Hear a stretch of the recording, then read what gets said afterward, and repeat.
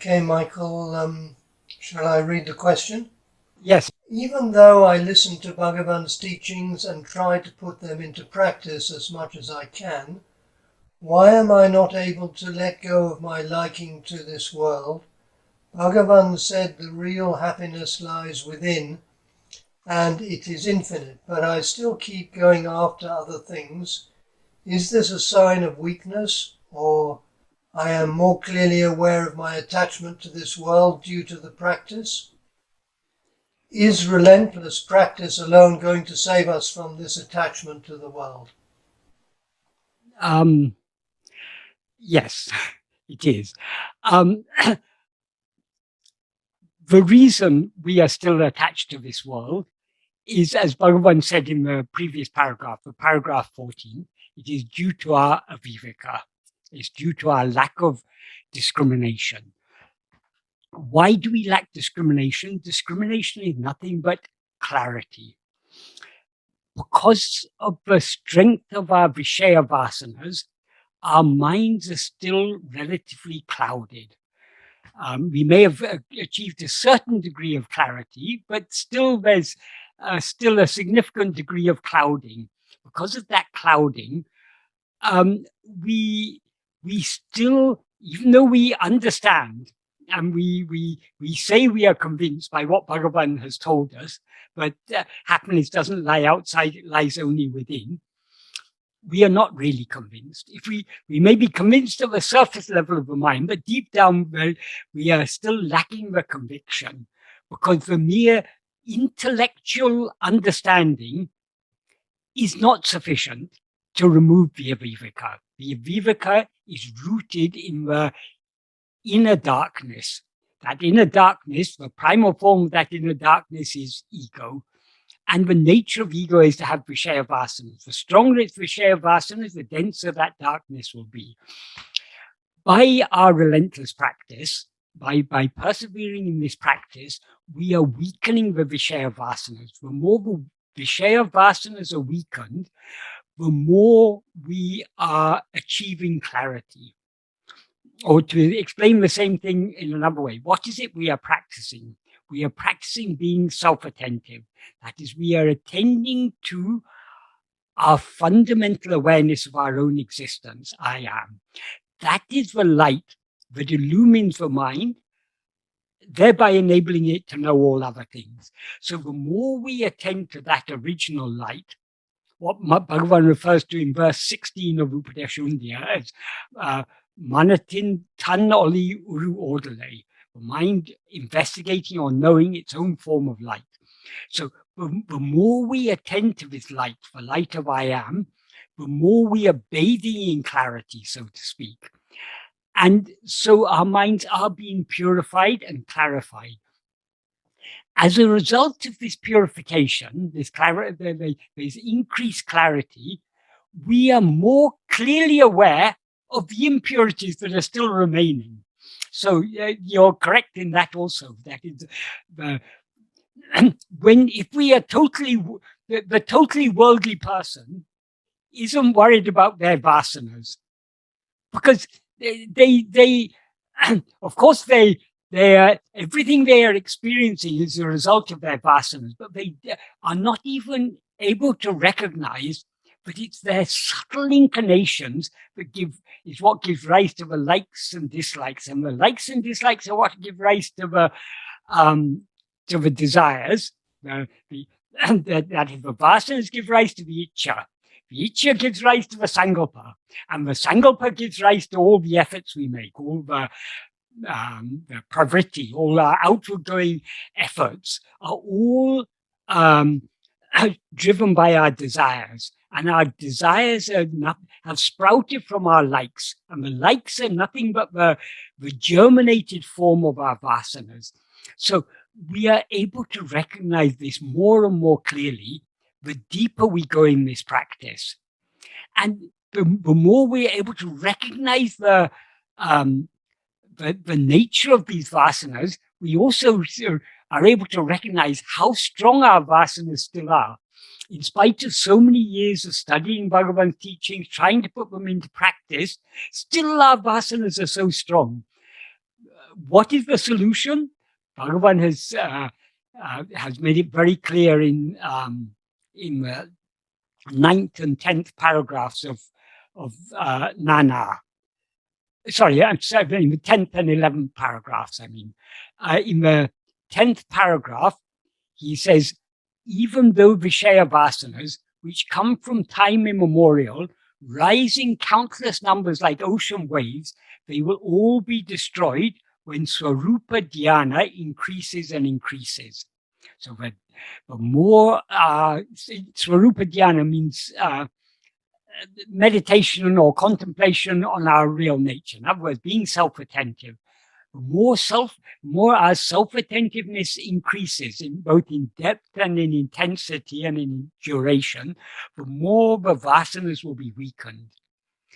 And then he says, without giving room even to the doubting thought, putting an end to so many vasanas, is it possible to remain only as Swarupa, our own real nature, instead of giving room to that doubting thought? It is necessary to cling tenaciously to self-attentiveness.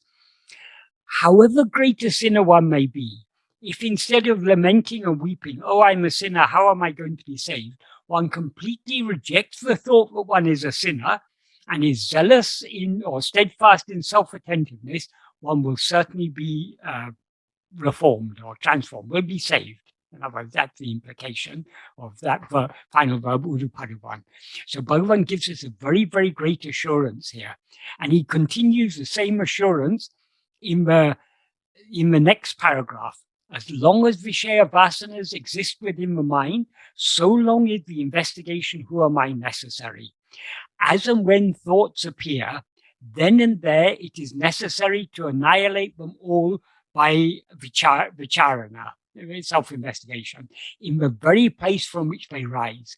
In the very place from which, then and there, in the very place from which they rise means, as soon as the vasana begins sprouting, as soon as we have an inclination to attend to anything other than ourselves, we should hold fast to self-attentiveness. Thereby by holding fast to self-attentiveness, we are thereby weakening those inclinations. By not being swayed by our inclinations, we are weakening them. If we allow ourselves to be swayed by them, we are strengthening them and we will be carried away by them. The vasana means the inclinations. And then he says, not attending to anything other, anya means other, implies other than oneself, is vairagya. So not attending to anything other than ourselves is vairagya or nirasa. Vairagya and nirasa both mean more or less the same thing. Raga means passion, desire, or so on. Viraga is freedom from that. Vairagya is the quality of having freedom from desire. And nirasa, asa means desire, nirasa means not having desire. So they both mean the same thing. So not attending to anything other than ourselves is vairagya or nirasa. Not leaving or letting go of oneself is jnana. In truth, these two, vairagya and jnana, are just one. That is, not letting go of ourselves is jnana, and that itself is not attending. If we're not letting go of ourselves, we're not attending to other things. When we attend, to the extent to which we are attending to anything other than ourselves, we're thereby letting go of ourselves. That is the implication. Just as pearl divers, tying stones to their waist and sinking, pick up pearls that are found at the bottom of the ocean, so each one, sinking deep within oneself with vairagya, here Bhagavan is comparing the vairagya to the stone that a pearl diver ties to their waist. So each one, sinking deep within oneself with vairagya, may obtain the pearl of self, Atma-vichara. That means it's an analogy. Our real nature is like the pearl. So that pearl of our real nature is what he implies thereby. And then he gives another great assurance in the next sentence. If one clings fast to uninterrupted Swarupa Smarana until one attains Swarupa, Ādu Podam, that alone is sufficient. Swarupa Smarana is another way of describing self-attentiveness. Smarana literally means remembrance. So Swarupa Smarana means remembering our real nature, being ever self-attentive, ever not letting go of the memory not letting go of our self-attentiveness. That is what is meant by Swarupa Smarana, constantly remembering that fundamental awareness of our own existence, I am. That is Swarupa Smarana. So if we cling fast to that, that alone is sufficient. Nothing else is necessary. No puja, japa, dhyana, yoga, pranayama, no other practice is necessary. We just hold fast to this self-attentiveness. Āṛu Nāṛpadu, that alone is sufficient. That's such a powerful assurance Bhagavan gives there. And to say that alone is sufficient, he could have said, Āṛu Podam. Āṛu, the intensifier A, would imply there alone. But to make it very clear, he doesn't really say Āṛu, he said Āṛu Vondre. Andre means alone. And Ondru means one, Andre means alone. So Āṛu Andre, that alone is sufficient. So he's giving us a very, very, what is necessary is to be self-attentive. What is sufficient? To be self-attentive. So since this is sufficient, nothing else is necessary. And since this is necessary, nothing else is sufficient. So this ultimately, we all have to come to this path sooner or later. So Bhagavan is advising us from the very outset, cling to self-attentiveness. Because what can be easier than clinging to self-attentiveness? It may seem difficult to us, but why does it seem difficult? Only because we've got so much inclination to attend to other things. So how do we cultivate the inclination to attend only to ourselves? Only by persistent practice. As he says in the 6th paragraph, Ipadi Paraka Paraka, by practicing and practicing in this manner, Ipadi Paraka Paraka, by practicing and practicing thus in this manner, Manataku tan pirapidatil tangi nikam shakti adikadi kindradu. The power of the mind to remain standing firmly, or remaining firmly in one's pirapidam, in one's birthplace. That means in the source, in I am. The strength of mind to remain firmly abiding in the source increases. So what is required is patient and persistent practice. The more we practice, the more the vasanas will be weakened, and the closer we'll come to our to just being as we actually are. And then after that sentence, he then that's the last sentence in this paragraph in which he gives direct teaching. The next 2 sentences are analogy, but through this analogy, he's reiterating or re-emphasizing the same thing. Kotai Kul, within the Kotai, the fortress, Edirigal Ulla. So long as there are enemies within the fortress, Adilirandu Velie Vandu Konde Irupagal. They will be continuously coming out from it. Vara, as and when they come, Avegale Elam Vetti Konde Irndal. If one remains cutting them down as and when they come, Kotai Kaivasa Padam, the fortress will be captured. That is the analogy. The enemies within the fortress are Vishaya Vasanas. If you besiege a fortress, if there's no food and water in the fortress, the enemy in the fortress will keep on having to come out in order to get food and water. Likewise, the vasanas feed upon the attention we give to Vishayas. That is, if we have an inclination to attend to a certain Vishaya, that's what a Vishaya Vasana is.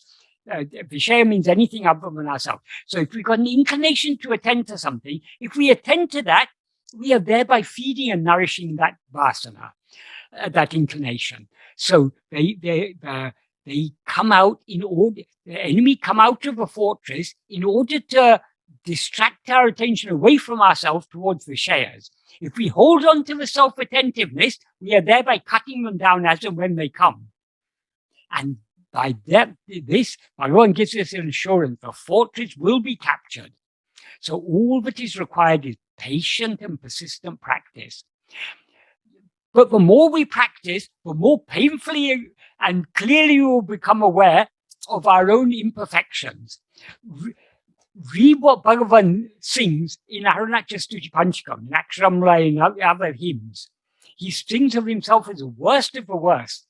In the 9th verse of Aruṇācala Padigam, he says, Paramanim padam patrarapatram paravari varyaru paraman. O Supreme, he's addressing Aruṇācala as the Supreme. O Supreme, I am supreme among those who are destitute of the supreme wisdom to cling without attachment to your feet.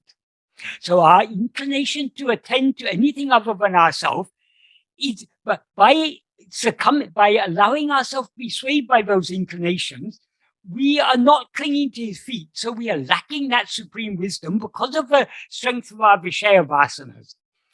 So Bhagavan says he describes himself as the supreme among those. That he's in effect, he's saying he's the worst of the worst.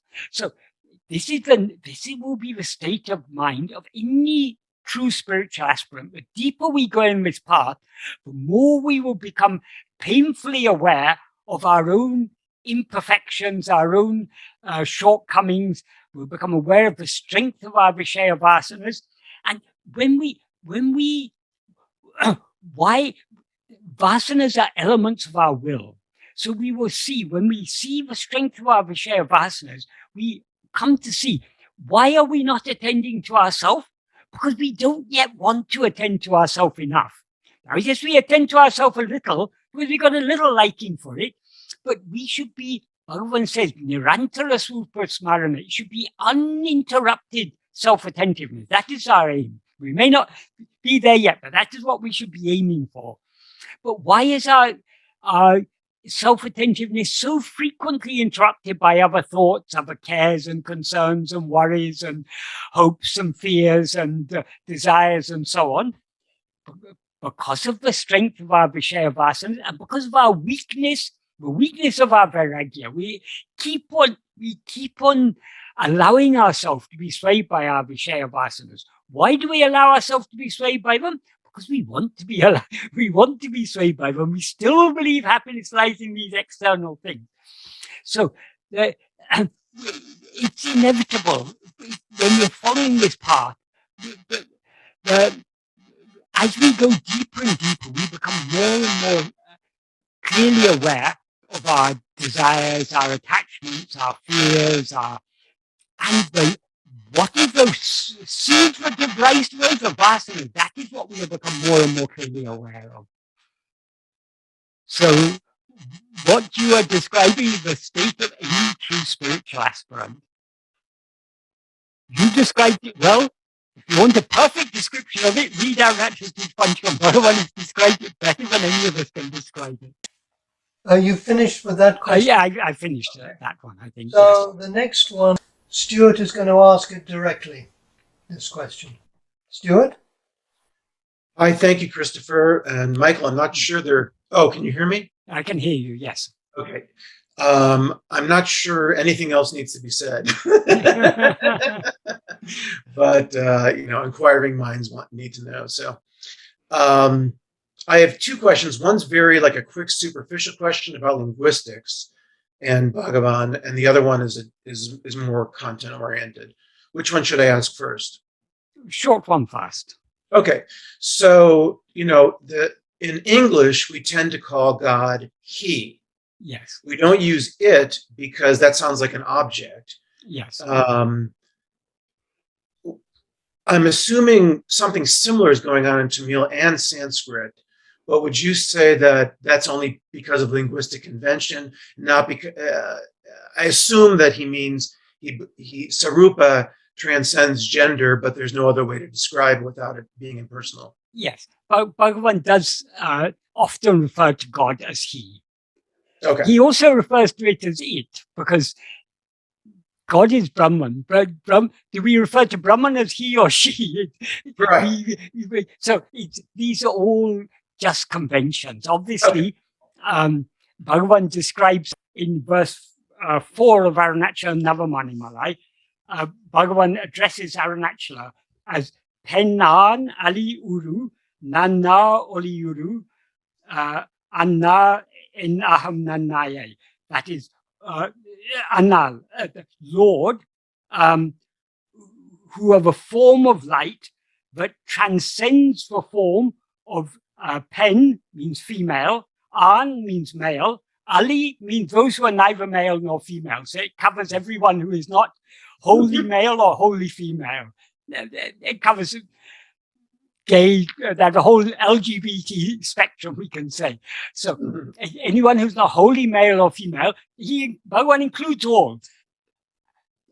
Whether we feel I am a man or I am a woman, I am transgender, or I am heterosexual or homosexual, I'm lesbian, gay, whatever our gender identification and our sexual identification, sexual orientation may be, what do we all share in common? And some people are asexual, some people have no particular sexual desire at all. What is the one thing we all have in common? We are all aware of ourselves as I am. That is the light that Bhagavan is referring to when he says that light, who the form of light which transcends all these. So that fundamental awareness I am is not affected. We may feel I am a man, I am a woman, I am a human being, I am a cow, I'm a dog, I'm a horse, whatever we may identify, whatever body we may experience as ourselves, we all jivas, all sentient beings are aware of themselves as I am. That I am is God. As you say, as a linguistic convention, we generally refer to God as he. But some people, like if you're a devotee of Devi, if you're a worshipper of Shakti, you refer to God as she. And like Ramakrishna would say. Yeah, she. yeah, like Ramakrishna, for example. And true devotees look upon God as Mata, Pita, Guru, Devam, as mother, father, God, and Guru. So for us, Bhagavan is mother, father, God, and Guru. Bhagavan refers to Aruṇācala as having love greater than a mother. So for Bhagavan, Aruṇācala is both father, mother. Always mother comes first. Mata, Pita, Guru, Deva. Mother, father, God, and Guru. Amen. So for Bhagavan, Aruṇācala is all four. And for us, Bhagavan is all four. So whether we refer to Bhagavan as he or she, Bhagavan is unaffected. We can refer to it as he, she, or it doesn't matter, because he transcends all these differences. He's unaffected by all these. Because all these, it's only gender differences are only for the body. Or body and mind, we can say. Their body, the whole bundle of five she's. Whereas they identify, I'm a man, I'm a woman, I'm this, I'm neither man nor woman, whatever it may be. It's an identification with the body. God is beyond all these things. Amen. So, though Bhagavan refers to him as he, it's a mere convention. Okay. Got it. Okay, just wanted to clarify that. And in fact, he refers to him often in Tamil, Avan is he. Aval is she. But Bhagavan often refers to God as Avar with a R on the end. That is an honorific plural. So it covers they, yes. But it's they in a singular sense. It's they in a singular sense. So often Bhagavan uses a gender neutral pronoun to refer to God. Oh, well, and can you spell that for us? Avar. Avan is he. Bhagavan also refers, in the first verse of Uḷḷadu Nāṛpadu, for example, the first verse of the main text, that is, he says, because we see the world, accepting one fundamental but has a power that becomes many, is certainly the one best option. The picture of names and forms, the one who sees, the cohesive screen, and the pervading light, all these are he. He's referring to that one principle, that one fundamental, as he. He who is oneself, Tāṇ. So there he's using, it's masculine, but obviously it has no gender significance because he's referring to that one fundamental principle, which is obviously beyond all gender differences, merely as convention referred to as he. But in other contexts, he uses the, as I say, the honorific plural, which is essentially gender neutral. Right. So it'd be like the plural of avar. Yeah. And he refers to God, Aruṇācala as his mother. So it's beyond all these, it really doesn't matter. If you want to call God he, she, or it, it's no different. God remains just, God is untouched, just being, like the sun. Pure being, pure awareness, pure love. I only say it because of the image, the God image from the West, at least, is he. And so I wanted to destroy that. Oh, no, in Hinduism, you get lots of images. You get lots of male images, female images. Oh, yeah. And you get, one of the forms of Shiva is Ardhanarishwara. Oh, right. That is the male, it depicts it, half male, half female in one form. Yeah, but the tattva of that is, the significance of that is, but God and his, that is, the female is Shakti, is the power of God, God's grace. God and his grace are one and the same. That is the significance of that. And that Ardhanarishwara is Aruṇācala. Because there's one of the stories, the story behind the Deepam festival in Tiruvannamalai. Once in Mount Kailash, Devi was in a playful mood. That is, the goddess was in a playful mood. So she came behind Lord Shiva and she covered his 3 eyes just for a short moment. But he got very angry. He scolded her. What are you doing? Because his 3 eyes are the sun, moon, and fire. Without the sun, moon, and fire, there's no universe. So she scolded him. You're the mother of the universe. You brought about an untimely pralaya, an untimely dissolution of the universe. So she was repentant. So she came to earth to do tapas, and she stayed in Tiruvannamalai doing tapas. And at the end of her period of tapas, she ended the tapas by walking round Aruṇācala. And when she walked round Aruṇācala, Shiva was pleased with her and appeared as a light on the top of the hill. And she then merged in him, became one with him. So the light on the top of the hill is Lord Shiva appearing to her and her merging in him. That's beautiful. That's why in the first verse of Aruṇācala Navamaṇimālai, that is, there's a story, a lot of the verse, Aruṇācala Navamaṇimālai is a collection of 9 verses that Bhagavan wrote on different occasions. We don't know the circumstances in which he wrote most of the verses, but some of the verses we do know. The context in which he wrote the first verse, a Dikshitas of a traditional priests of the temple in Chidambaram. So a Dikshita used to visit Tiruvannamalai, and whenever he came, he would come to Bhagavan, and he often asked Bhagavan to come to Chidambaram, to have darshanam. And in order to persuade Bhagavan of the greatness of Chidambaram, he said, among the Panchabuddha lingas, the lingas associated with the 5 elements, Chidambaram is the Akasa linga, the space linga, whereas Tiruvannamalai is just the fire linga. Thereby implying Chidambaram is superior to Tiruvannamalai, so Bhagavan should come to. So Bhagavan just kept quiet. But when the Pandit next came, Bhagavan gave him a verse which he had written, in which he says, Achalane Ainum Achavedannil Achaleyam Ame Ediradum. Though he is Achalan, Achalan means the one who is motionless, in that sabha, in that divine court of Chidambaram, he dances in the front of Mother, who is Achalay. Achalay means the consort of Achalan. So she is also, her real nature is also motionlessness. He dances in front of her.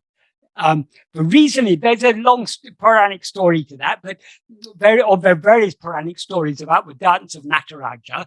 But one of them is that she, having killed one Asura, she was dancing in a frenzy, and the whole world was in danger because of her dance. So he danced to pacify her. So that is what Bhagavan is referring to there. Then he says, Achala uru vilakchakti odungida ongum arunachal indri. That means when that Shakti subsides in his motionless, in the form of motionlessness, that's referring to Arunachala.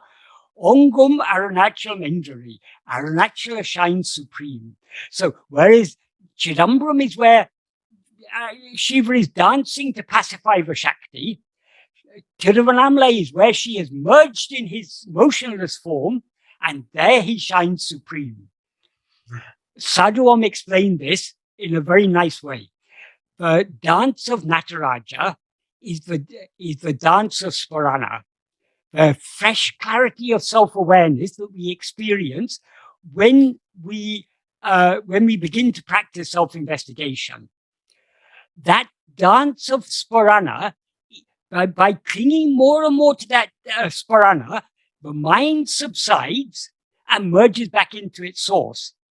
So by holding on to the Smarana, to that fresh clarity of self-awareness, we merge back into our source. The Smarana subsides, and our real nature, which is ever motionless, that is, it's not that the clarity of self-awareness subsides, the freshness, the newness, it no longer seems to be something new, because it is sahaja.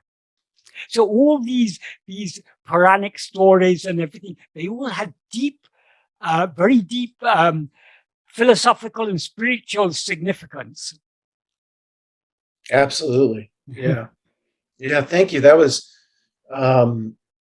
bigger than I thought. That was your short question. Now wait for the answer to your long question. No, my long question might be easier. My long question, or what I thought was my long question, which I think will be short, is that as I understand it, and please correct me if my understanding is incomplete or wrong, the simple desires of eating, sleeping, getting warmth don't really add to our sanchita karma unless we think we're the doer. As long as we don't think we're the doer, which is not an easy, I understand that's easier said than done. But if we you know where I'm going. So then the corollary is, for example, like medicine. If we need medicine, or if we need to breathe, these things don't really add to our sanchita karma, depending upon whether or not we feel we're the doer. Is that correct? Meaning that if we get chocolate and we don't really have a strong attachment to it, but someone gives us chocolate or we get it, it's a level of our attachment that creates the karma. And I'll stop now. Yeah, okay. Not exactly like that. Firstly, okay. About doership. Doership is the very nature of ego. We cannot avoid doership without eradicating ego.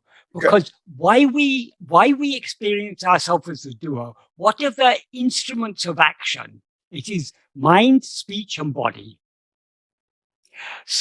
When we rise as ego, we experience this mind, speech, and body as ourself. Mm-hmm.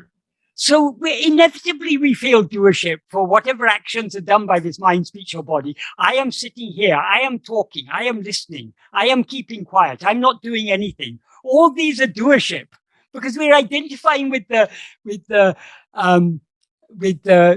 these. So long as we experience the mind, speech, and body as ourself, the doership is there. Even if we're seemingly doing nothing, there's still the doership. I am doing nothing.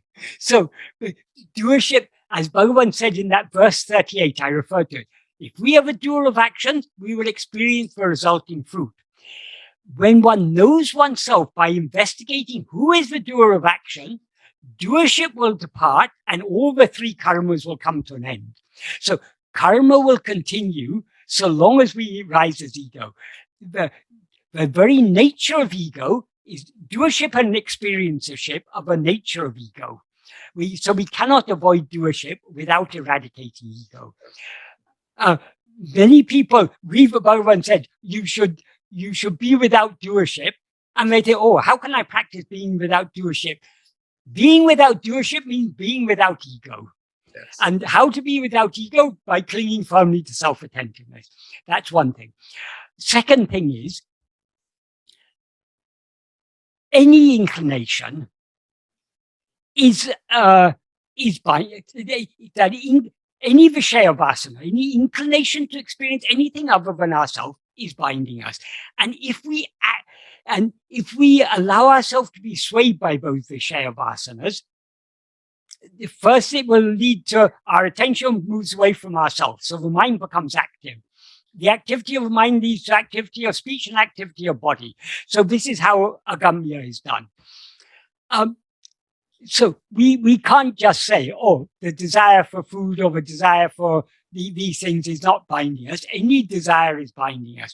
But the thing is, we need not desire food.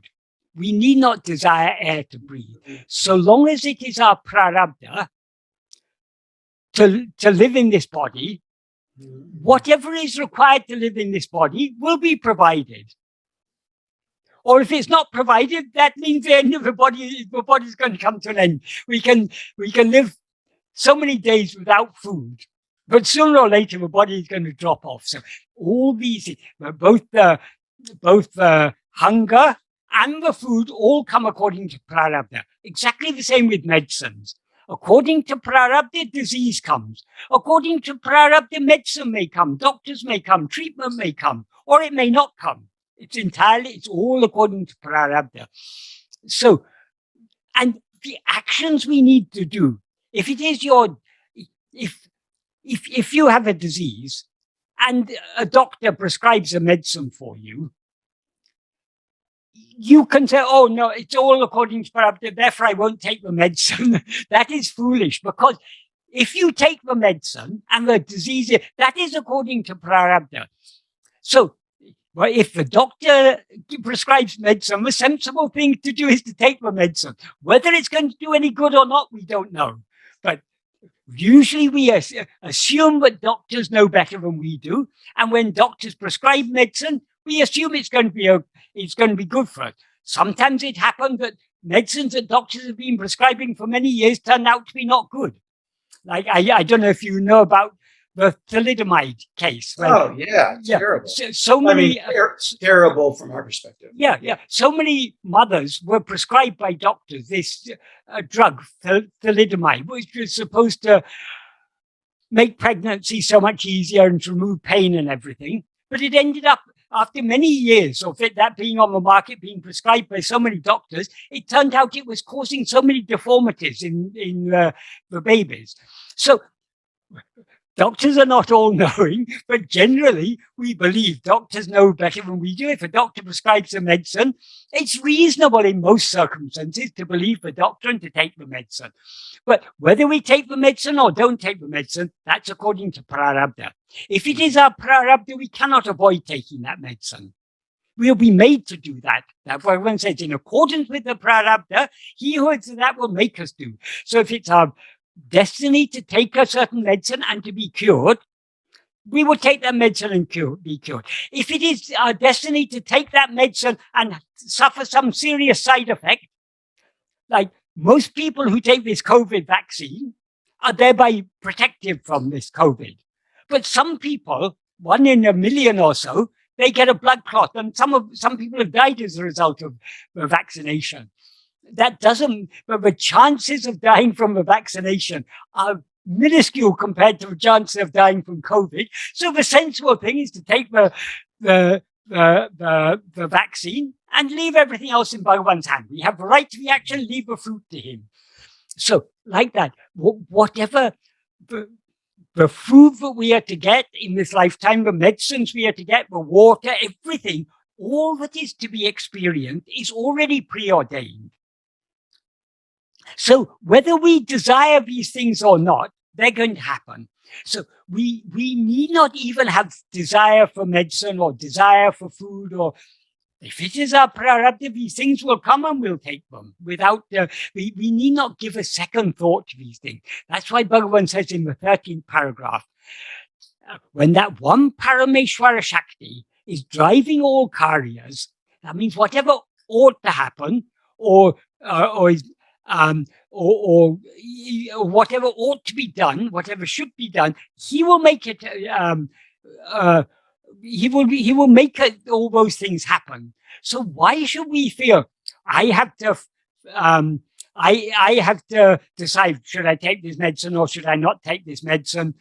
We don't have to decide. It's already been decided. If you're destined to have the COVID vaccine, you'll have the COVID vaccine. Even if you decide not to have it, some circumstances will force you to have it. And even if you want it, if you're not destined to have it, something will obstacle. So we don't have to worry about, should I decide this, should I decide that? That's why Bhagavan said, when that one Parameshwara Shakti is driving all karyas, why should we, instead of yielding ourselves to it, be constantly thinking it's necessary to do like this, it's necessary to do like that? And is that possible while we're obviously we're always the self, but obviously there's the difference between someone who knows that conceptually and someone who lives that. Yes. So in other words, prior to that quantum change, quantum in a I understand what you mean. No matter what we do or don't do, no matter how level our self-attentiveness is or not, we're generating karma.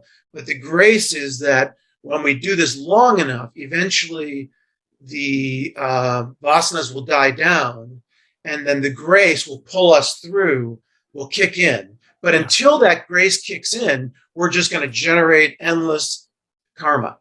Yeah, that is. No matter whether we think we're doing it or we don't think we're doing it, or we're not having to think we're doing it.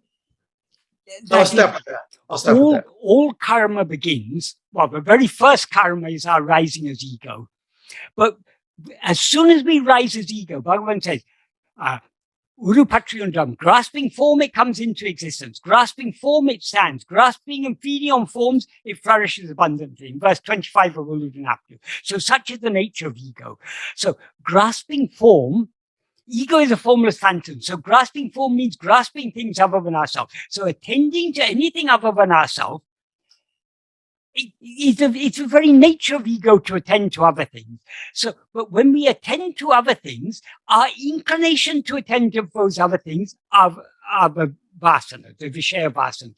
If we allow ourselves to be swayed by our Vishaya vasana, it inevitably leads, our attention goes away from ourselves towards some other thing. That is the beginning of all the mental activity. And as long as we allow ourselves to be swayed by that vasana, it will be giving rise to thoughts, and the thoughts will give rise to speech and action, and that's how karma. So whenever we allow ourselves to be swayed, even to the slightest extent, by any Vishaya vasana, we are inevitably, to a greater or lesser extent, doing agamya. So how to avoid doing agamya? Clinging so firmly to self-attentiveness, but we thereby give no room to the rising of any other thought. As Bhagavan says in the first sentence of the 13th paragraph. We are not doing that. We are all frequently being swayed by our Vishaya vasanas, but the more we cling to self-attentiveness, the more we are thereby weakening the Vishaya vasanas and strengthening our ability to hold on to self-attentiveness. So all we Right. can do, doesn't matter how many times we fail. We will fail.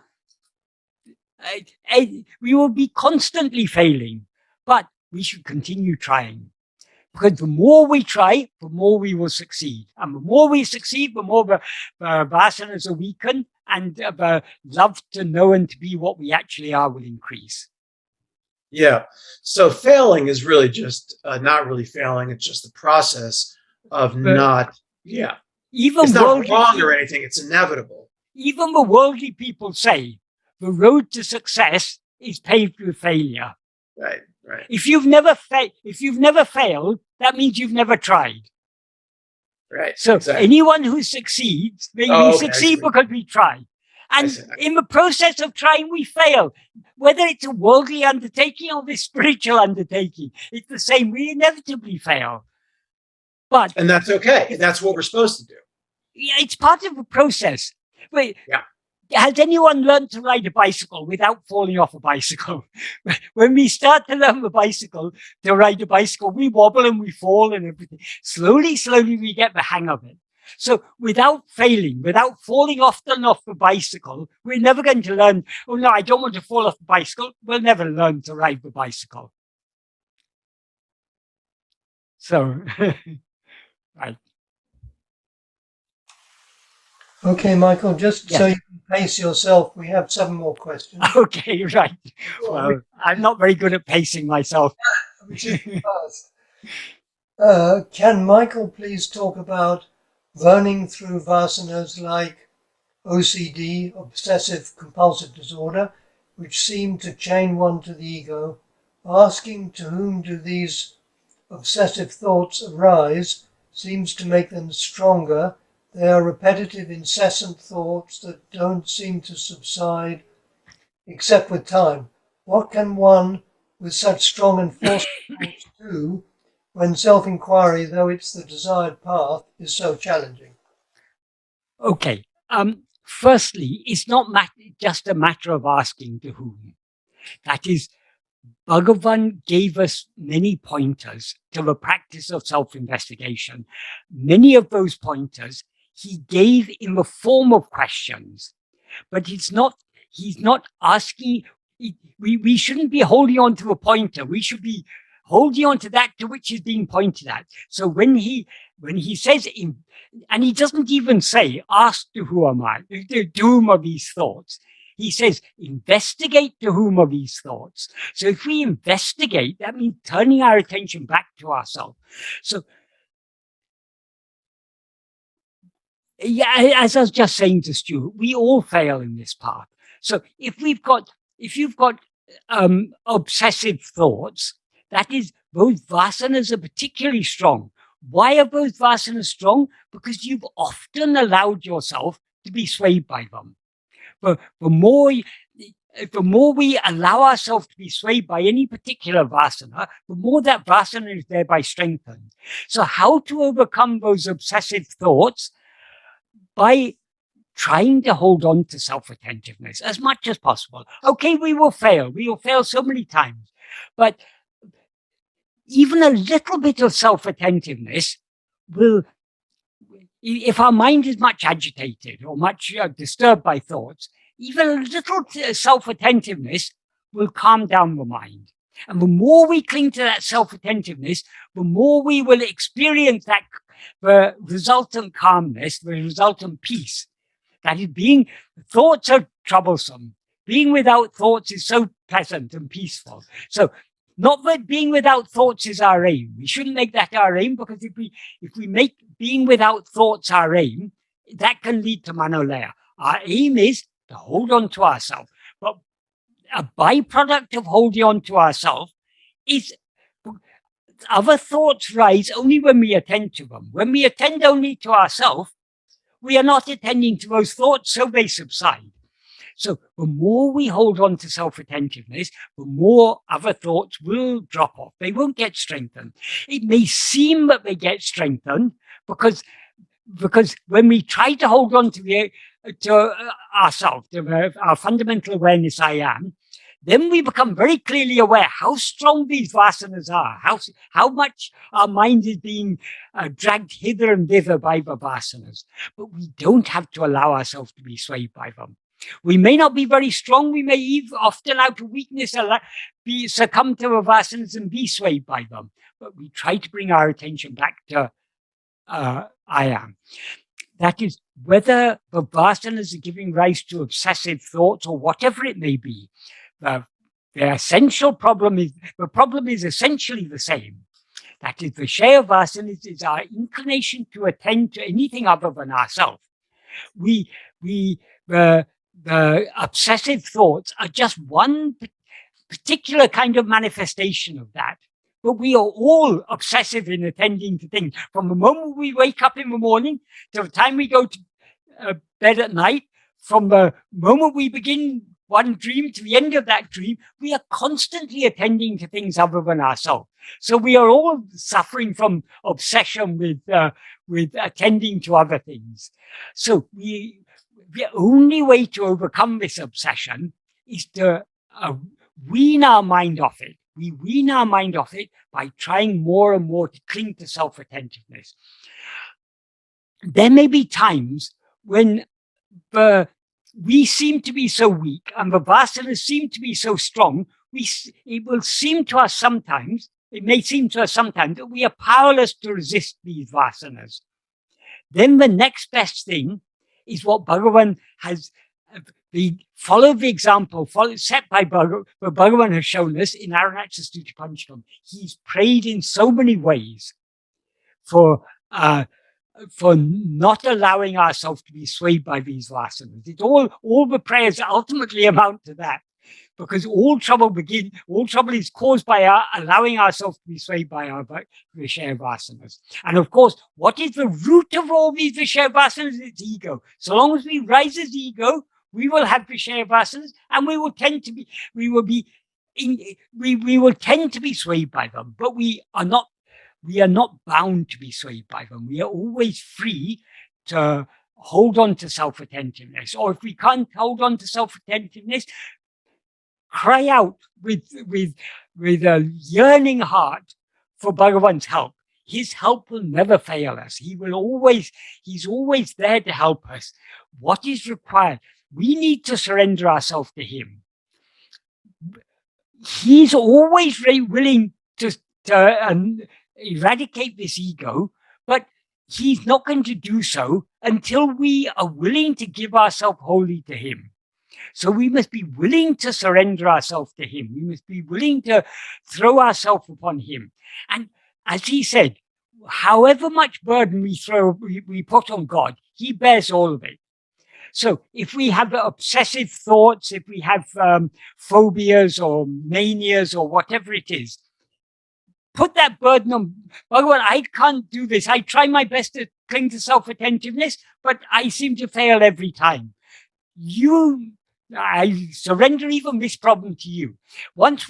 If we surrender to him, we cannot even complain. I mean, we cannot even say, oh, I've surrendered to you, but you haven't taken away my obsessive thoughts. That's not surrender. Our surrender should be unconditional.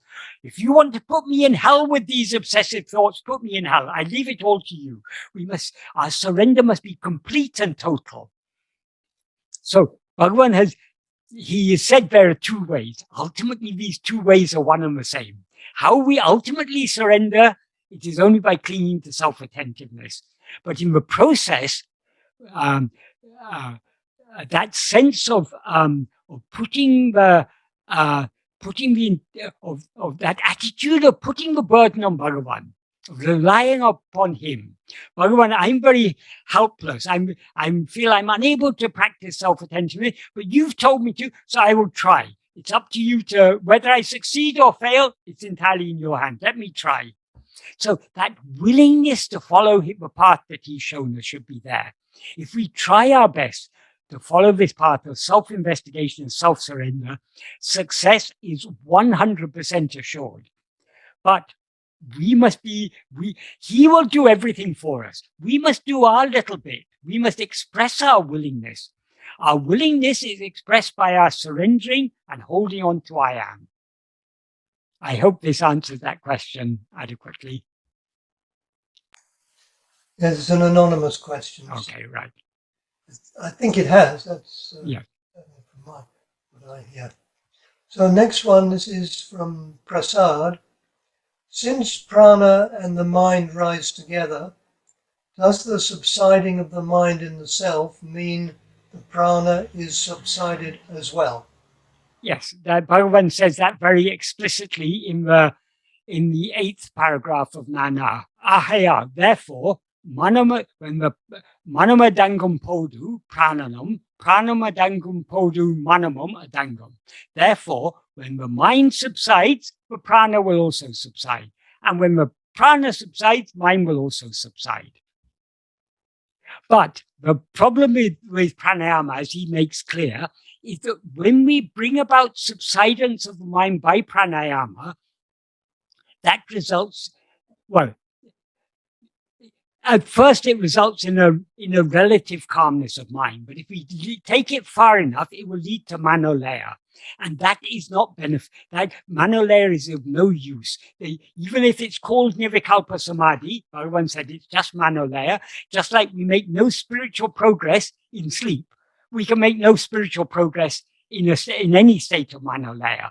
So merely bringing about the subsidence of the mind by pranayama is not sufficient. We need to bring about the subsidence of the mind by self-attentiveness. That alone will destroy the mind. So, yes, certainly, when the mind subsides, prana subsides. Someone asked Bhagavan a question, but how can you say that? In sleep, we see a sleeping person, they're still breathing. So for such a person, Bhagavan gave an answer that was later interpolated here, in which he said, but in sleep, however, in sleep, even though the mind has subsided, the prana does not subside. It is arranged thus by the ordinance of God for the purpose of protecting the body, and so that other people do not wonder whether the body has died. This was an answer given by Bhagavan for someone who was not able to, who was not yet willing to understand his teaching. According to what if that person had been someone of deeper understanding, Bhagavan would have said, in whose view does the prana continue when the body is asleep? Only in the view of others. In your view, are you aware of the body breathing when you're asleep? No. You're not. Their body doesn't exist at all then, in our view. So according to Bhagavan, in sleep there is no body, no world, nothing. There is only ourself. All these things come into existence only when we rise as ego. So yes, to the extent to which we hold on to self-attentiveness and thereby the mind subsides, to that extent the prana will also subside.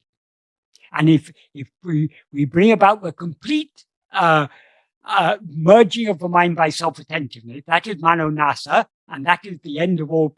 That's the end of all the 5 sheaths, because the 5 sheaths exist in whose view? Only in the view of ego. In the absence of ego, how can there be any of the 5 sheaths, or any world, or anything other than ourselves?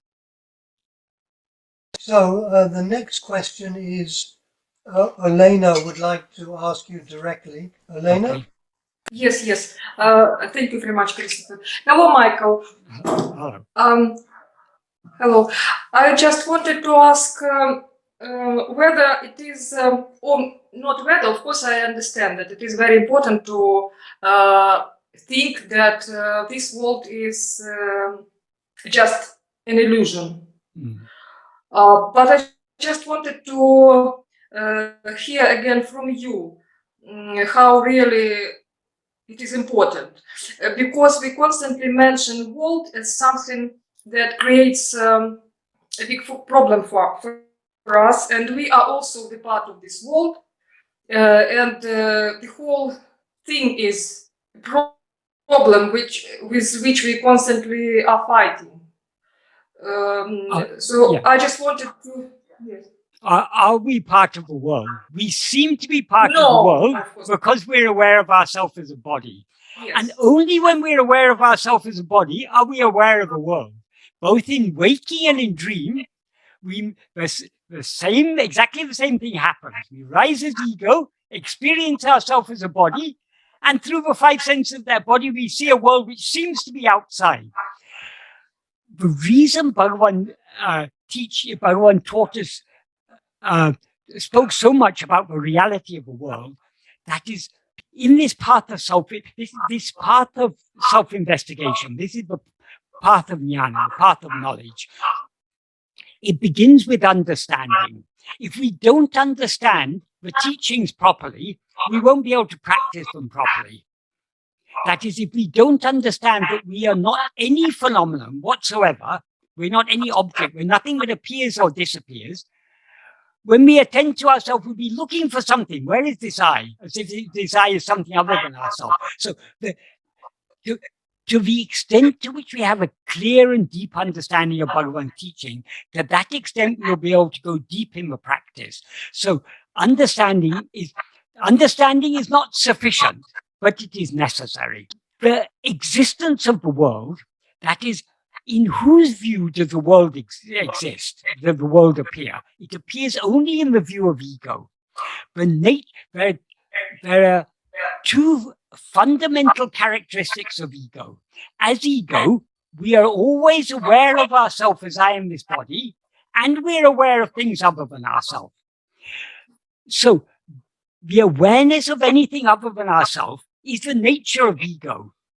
So since the world is nothing but our awareness of it, our perception of it, perceiving a world is the very nature of ego. So long as we rise as ego, as Bhagavan says, grasping form, it comes into existence. Grasping form, it stands. Grasping and feeding on form, it flourishes. So attention to things other than ourselves is the very nature of ego. So long as we're attending to anything other than ourselves, we are thereby feeding ego. So we need to understand that the reality, the seeming reality of the world is intimately tied up with the seeming reality of ourselves as this person that we seem to be, as this bundle of five sheaves called body or person or whatever. So the world is inseparable from ego. So as I say, ego has two defining characteristics. As ego, we are always aware of ourselves as a body, and we are consequently aware of things other than ourselves. Everything other than ourselves is what we call the world.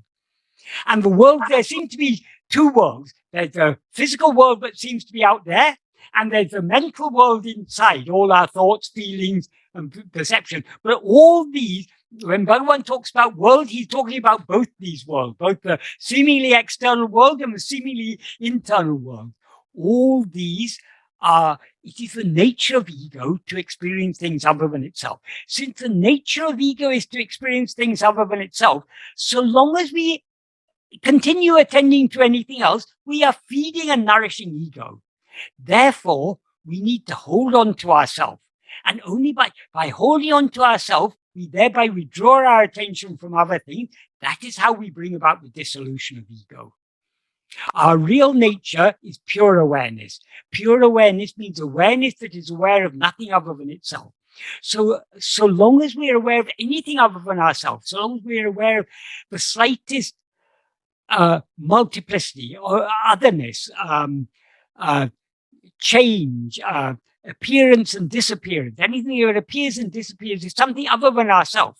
Because in whose view does it appear and disappear? In my view. That's why this body cannot be ourselves, this mind cannot be ourselves, because they appear and disappear. So what Bhagavan taught us about the reality of the world, that in a nutshell, he said, our present state is just a dream. So this world is no more real than the world we perceive in a dream. We're all ready to, all of us are willing to accept that the world we perceive in a dream is our own mental fabrication. Bhagavan said the world is exactly like that. So the world seems to exist because we see it. That's why he begins Uḷḷadu Nāṛpadu. What is the problem? Nāmulhum Kandalal. Because we see the world, he says he begins the very first verse of the main text of Uḷḷadu Nāṛpadu. If we didn't see the world, there would be no problem. In sleep, we don't see any world, there's no problem. But in waking and dream, we see a world.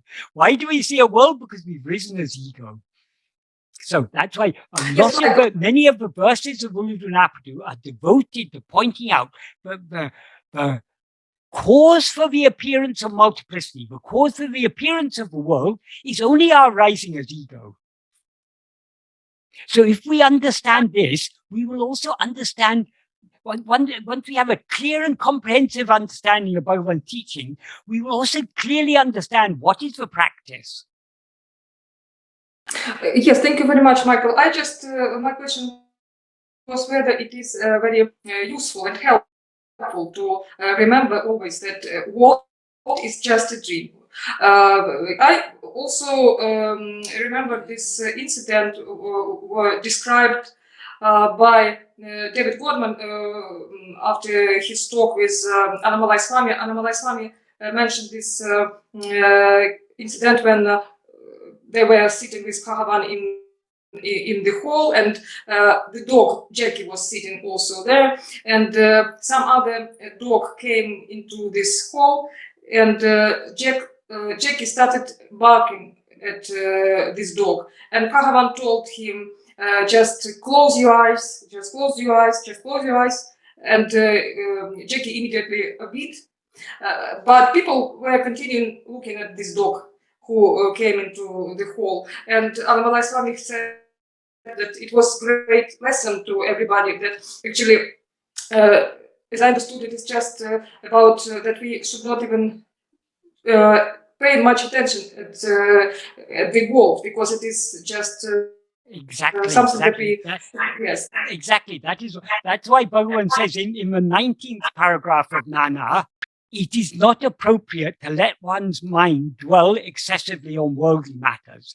That is, when this whole world is a dream, yes, when we look at the world, there are so many injustices, so many different forms of suffering and everything. But if we cease, of course, this doesn't mean that we have to be heartless to other people.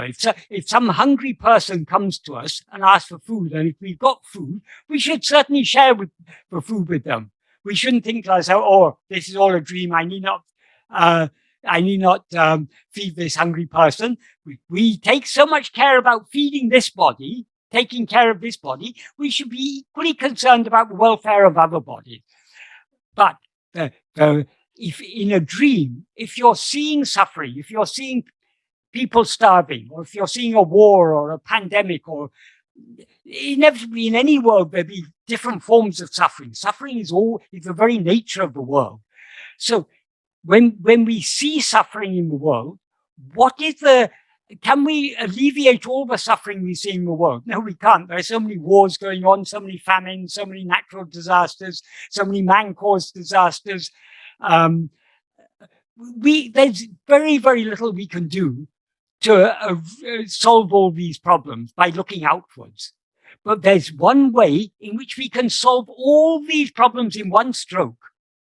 That is by looking within and seeing what we actually are. When we see what we actually are, ego is thereby eradicated, and the world which seemed to exist only in the view of ego is eradicated along with it.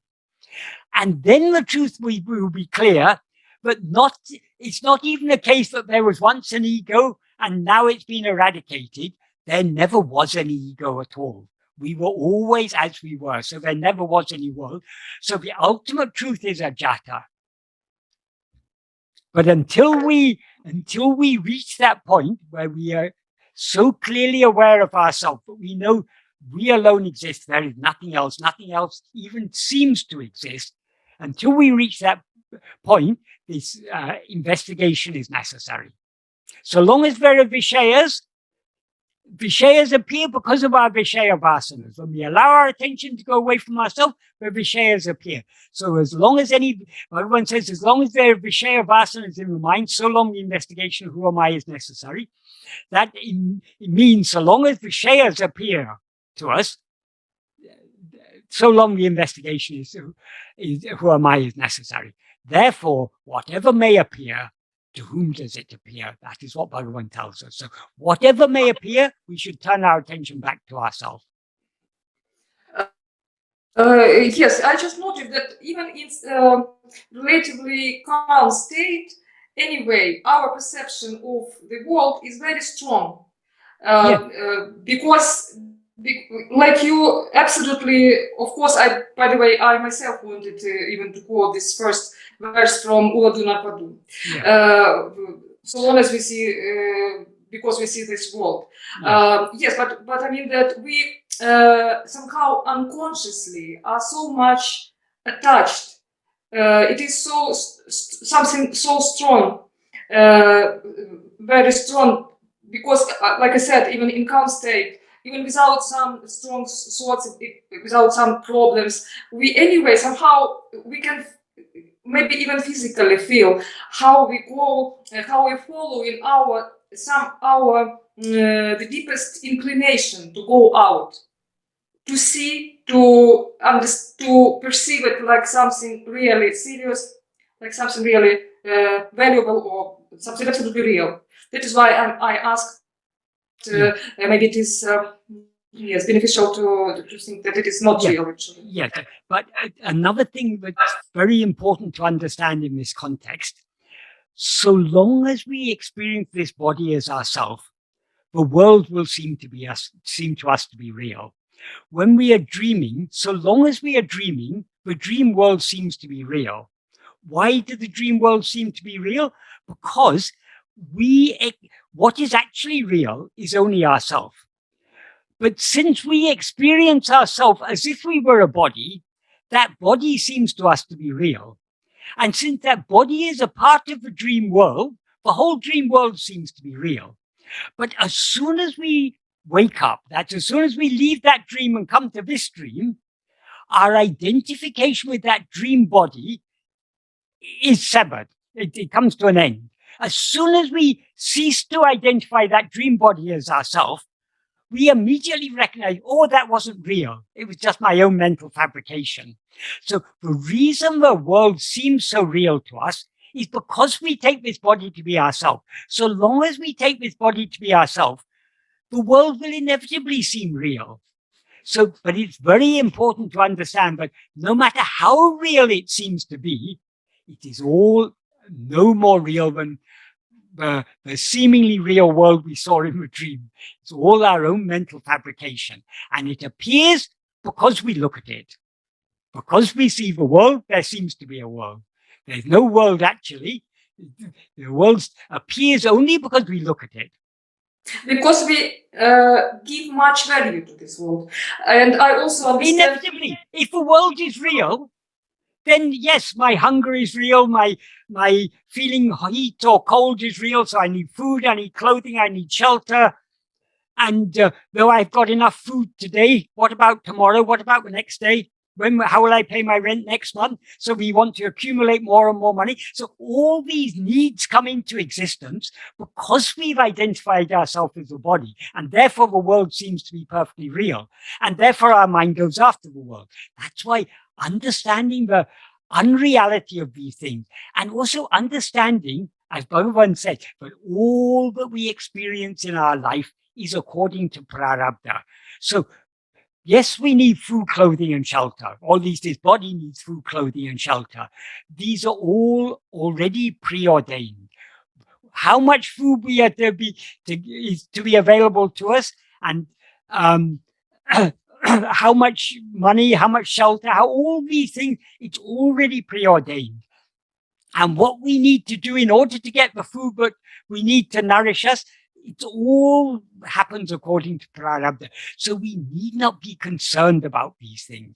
Why Bhagavan teaches the world is unreal, why he teaches that it all happens according to prarabdha, to help us to be unconcerned about the world. Because only when we are not concerned about the world will we be willing to hold on to ourselves.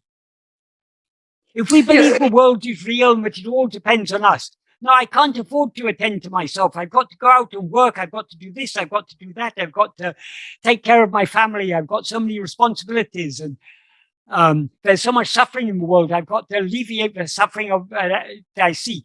The mind will constantly be going outwards so long as we take it to be real. So that's why Bhagavan said, what is real is only ourselves. everything else borrows its seeming reality from ourself. All other things seem to exist in whose view? In the view of ourself as ego. And we seem to be ego only because we are not aware of ourselves as we actually are. So the solution to all problems is simply to know ourselves as we actually are.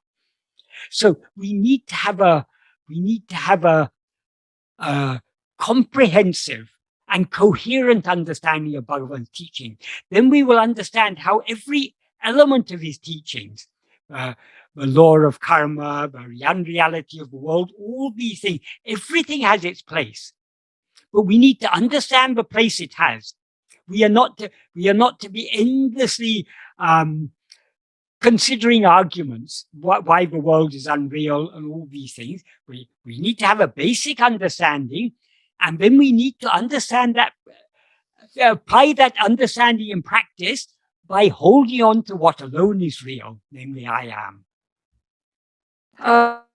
Yes, Michael, and also I thought that in this state when I actually just thought about this when I had this relatively calm state, that there is a, like you said many times, there is a choice whether you continue going outside and thinking about something related to this world, or you, like you said, once you start joining within and trying to figure out what is this self-awareness. Yes. Like, yes. I mean that. Yes, and of course I understand that every moment in our life we are faced with this fundamental choice. Do we attend to ourselves or attend to other things? The reason Bhagavan talks about the unreality of other things and that we alone are real is that is to motivate us to attend only to ourselves. Why should we attend to what is unreal? Yes, absolutely, because yes, especially as we understand that this what is unreal causes so much this, I would say even harm or something. This creates this disaster, creates all this. Of course, it can be sometimes pleasant state, but actually in this world, not many things are so great. Yes, we are relieved from a huge amount of anxiety. Because if this world is real, it's a pretty terrible place, and there are so many problems and all these things. And what is going to become of me? If this world is real and I'm this body, then now I'm getting older day by day. The body is slowly showing signs of age. I know I may be around for another 20, 30, 40, 50, 60, whatever, depending on our age. We'll be around for a few more years, but there's a limit where death is surely come. So if all this is real, what is there in this life? There's nothing. That is, whatever we may achieve, whatever name and fame or learning or wealth or power or anything we achieve, or loving relationships or whatever we may achieve in life, it's all fleeting, it's all impermanent. So none of this is real. What is real is only I am. Yes, Michael. That is what we constantly have to be remembering. So why should we attend to anything that is unreal? Attend only to that which is real, namely attend to ourselves. Yes. Thank you very much, Michael. Okay, right. Pleasure. Okay, Michael, the next one is from Stefan. The sun shines and the rain falls on the good and the bad alike. In what way does surrender to God involve giving no judgment on the action of others? If we are surrendered to God, we are unconcerned about anything. We are not concerned about ourselves, and we're not concerned about others.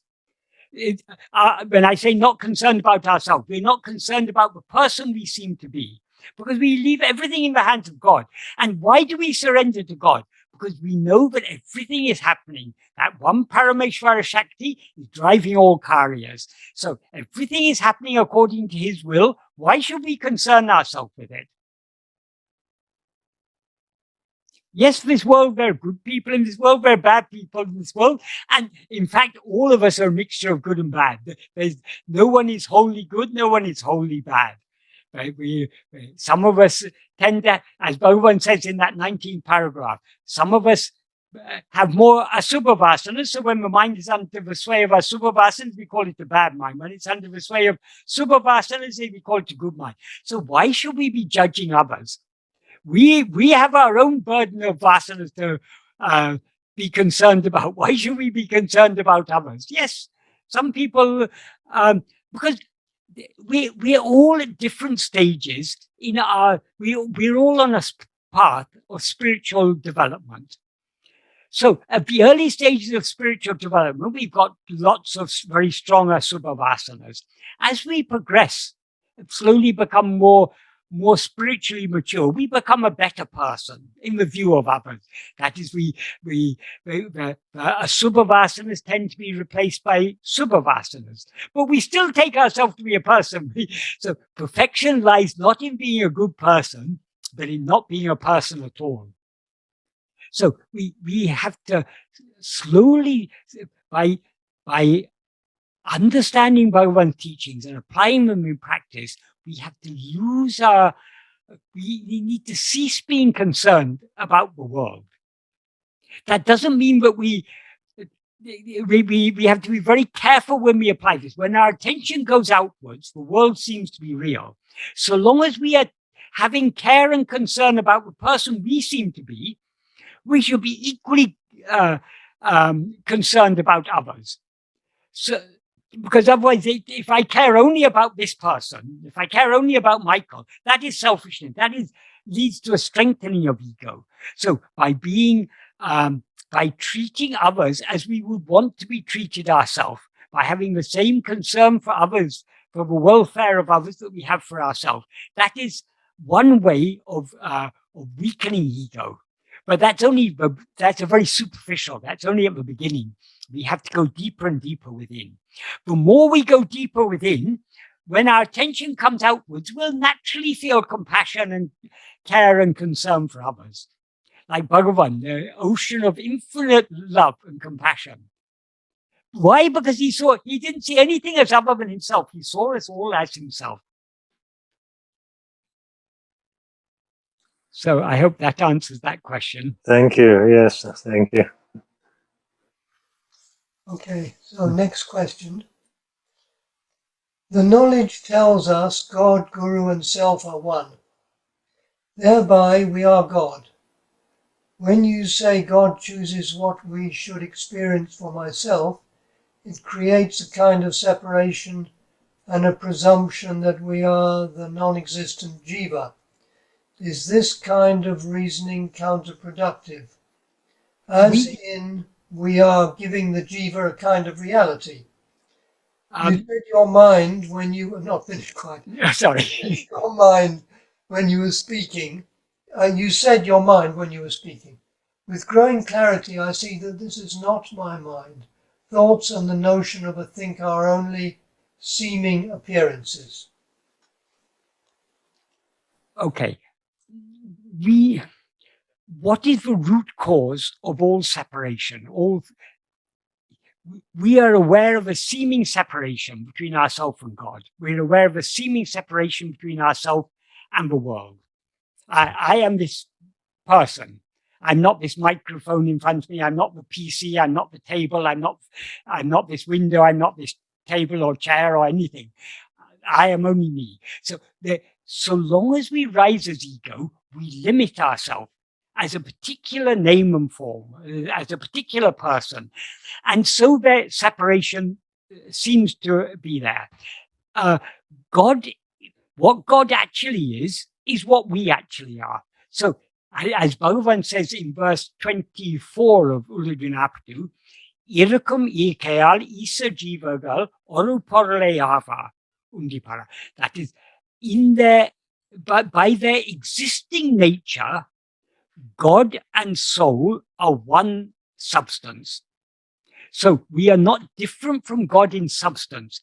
So why do we seem to be different? He says, Upadēśa Undiyār verundipara. So it's only the awareness of adjuncts that make us seem to be separate. So because I'm aware of myself as that is this person I take myself to be, this bundle of 5 sheaves, is an adjunct. But because I experience this adjunct as myself, I seem to be... Why does God seem to be separate from me? Because I seem to be separate from God. God is the one infinite whole. If I'm just this little thing, then I'm separate from God. Or at most, I'm a tiny little part of God, if you want to take a Vishishtadvaita explanation. But the bottom line is all separation, all otherness, the root cause of it all is only our rising as ego. So long as we rise as ego, inevitably there's the appearance of duality, there's the appearance of separation. And so long as I take myself to be Michael, it would be a blatant lie to say I am God, because that's saying Michael is God. How can I experience myself as God? By getting rid of this false experience I am Michael. So long as I'm aware of myself as I am Michael, it would be a blatant lie to say I am God.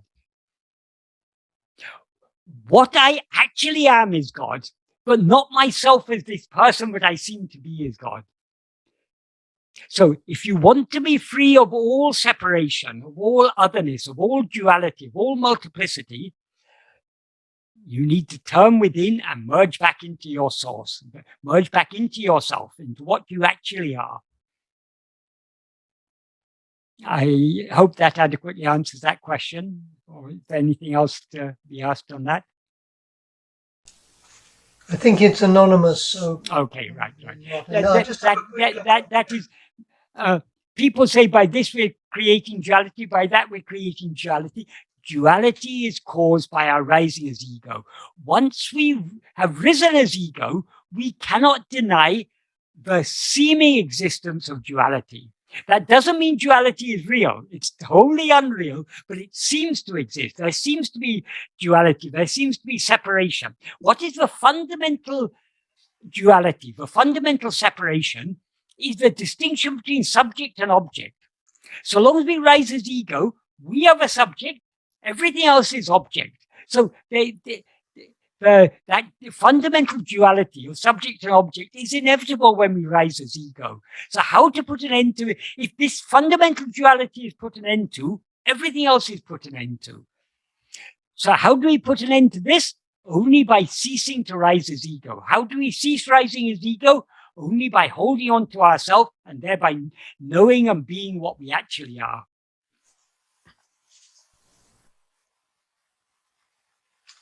Okay, the next question is from Krishan B, and he would like to ask it directly. Okay. Krishan? Hi, Michael. Hi. Okay. Yeah, thanks. Thank you for being a conduit of this wisdom. Very much appreciated. I just wanted to ask you, did Bhagavan speak much about the 3 gunas?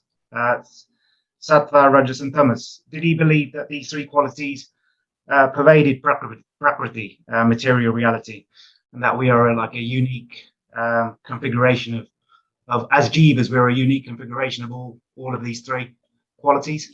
Yes, Bhagavan did. I wouldn't say Bhagavan. Yeah, he certainly referred to Rajas, Sattvas and Tamas in some context. As you say, it's the nature of Prakriti. What is Prakriti? Prakriti is Prakriti is our own mind. It's so the mind is subject to these 3 gunas. Sometimes, what is sattva? Sattva literally means beingness. Sat is being, our existence. Tva means ness, so beingness. In other words, that is that quality of calmness, clarity, and of that inclination just to be. That is sattva. Rajas is the inclination to engage in activity. And tamas is the indolence, the dullness, and the just wanting to everything to come easily. So these qualities are definitely there. Look at the world; you can see the manifestation well, mostly we see the manifestation of Rajas and Tamas, but even to see the light that illumines this Rajas and Tamas is the Sattva. So the Suddha Sattva, the pure Sattva, is our very nature, because we are Sat. So our very nature is Sattva. That Sattva is beyond that is the Sattva, but is untouched by these three, the pure Sattva. So that we have to find within ourselves. So it's only by turning within and knowing ourselves as we actually are that we can experience Sattva in its pristine condition. Because that Sat is ourself. We are that. No, absolutely. Because I find myself as well, when I wake up in the early hours at 4 till 6, and these are considered like the sattvic hours. Yes. Even reading Bhagavan, that my mind is far more still, and it's far more receptive to assimilating and absorbing the self-knowledge. So I think there is something in it. Yes. But one important thing to remember, it seems to us that our state of mind is caused by external circumstances.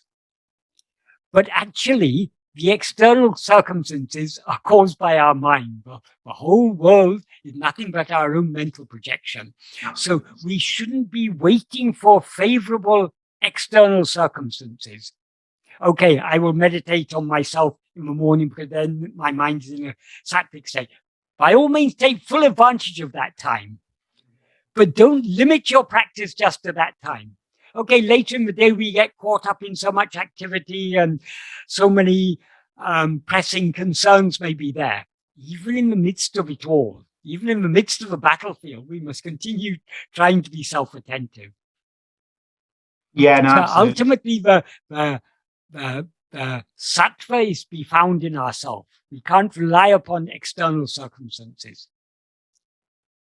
No, brilliant. No, that's absolutely. So I'm obviously practicing self-inquiry all day, every day, at all times. Yeah. But I think coupled with, I'm even learning, traditional Vedanta, studying the Gitas and the Upanishads, but like the absorption of that information, when the mind is more sattvic, you can certainly absorb the information better. Certainly, if it's too rajasic or tamasic, the information's not going to. But how to cultivate more sattva in the mind? Yes.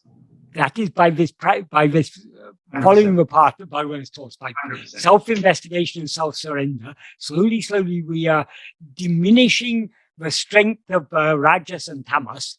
That is, so long as there is mind, there will be all three gunas in greater or lesser proportions.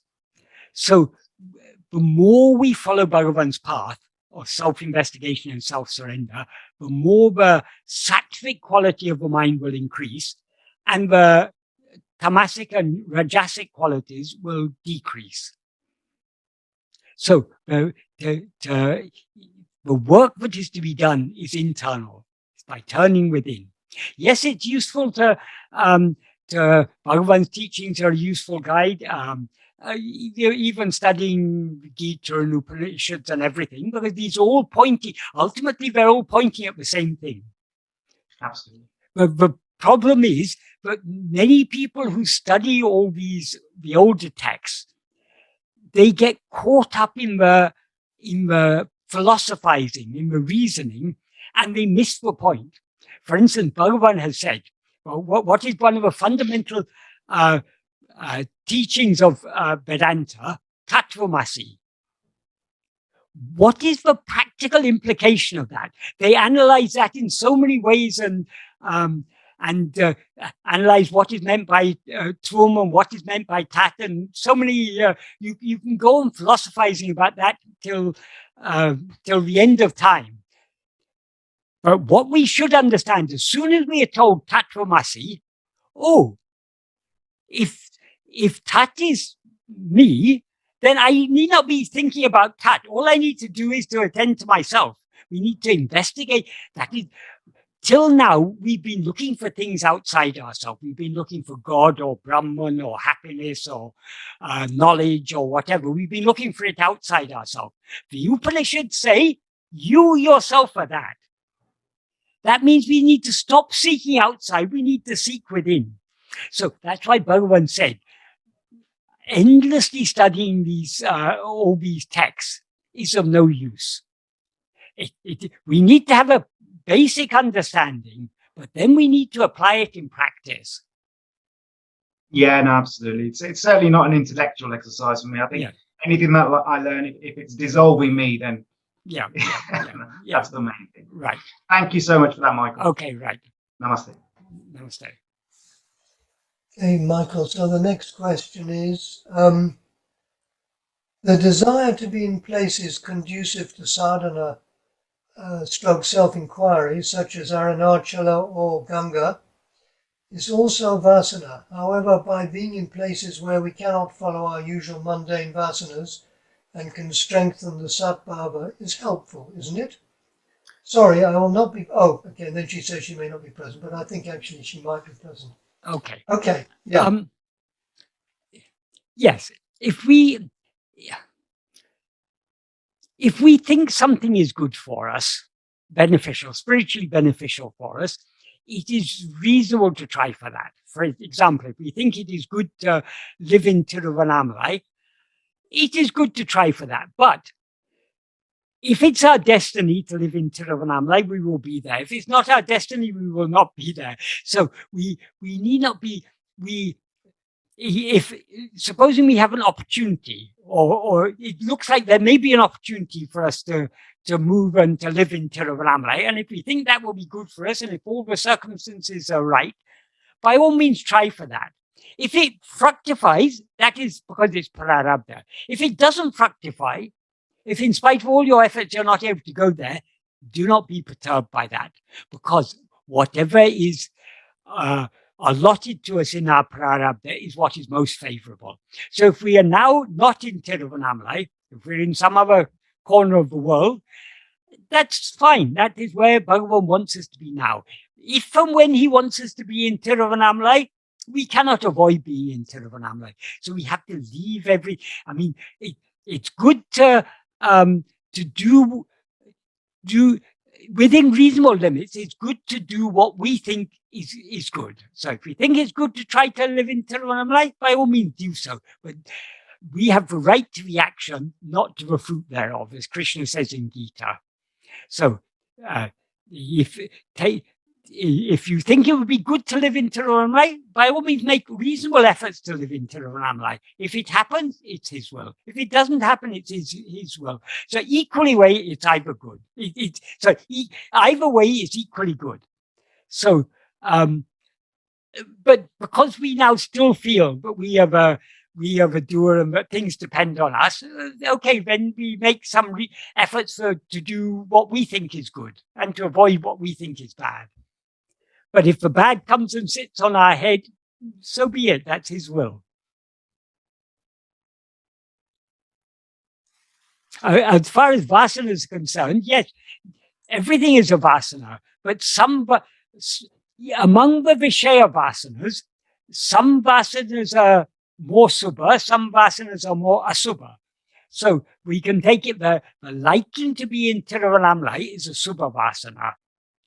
Within reasonable limits. I mean, if you shouldn't be making excessive efforts to be there, or trying to earn money by unrighteous means in order to be there. That would be unreasonable. But if it's reasonably possible, take advantage of the opportunity. If it happens, it's his will. If it doesn't happen, it's his will. So though these are vasanas, they're relatively harmless, or they're not so harmful, and they can even, being in Tiruvannamalai can be a great spiritual benefit. There's no doubt about it. But if Bhagavan wants us to experience that spiritual benefit, he will make sure we're in Tiruvannamalai. It may also be a spiritual benefit to be kept away from Tiruvannamalai and longing to be there. That's also good. Once there was a couple from North India who were living in Tiruvannamalai. They lived nearby the ashram, and they used to visit Bhagavan every day. And they were very devoted to him. at one time, their relatives from North India came to stay with them. So the lady, she had to remain at home cooking for her relatives and taking care of them and everything. So for 3 days, she wasn't able to visit Bhagavan's hall. And after 3 days, she came and said, "Oh, Bhagavan, for 3 days, I wasn't able to come and see you. My relatives were there and I had to be cooking for them and this and that." Bhagavan said, "That is good. It's better that you were there and thinking of being here than being here and thinking that you have to be there." So sometimes to be away from Tiruvannamalai may also be good for us.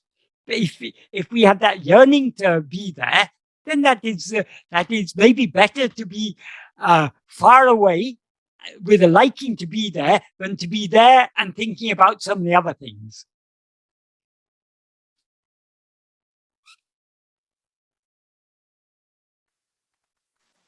Yeah, hello, Michael. Yes.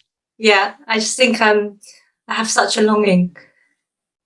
That longing is good.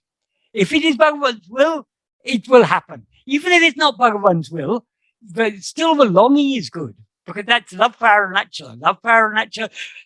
You don't even have to be in Aruṇācala.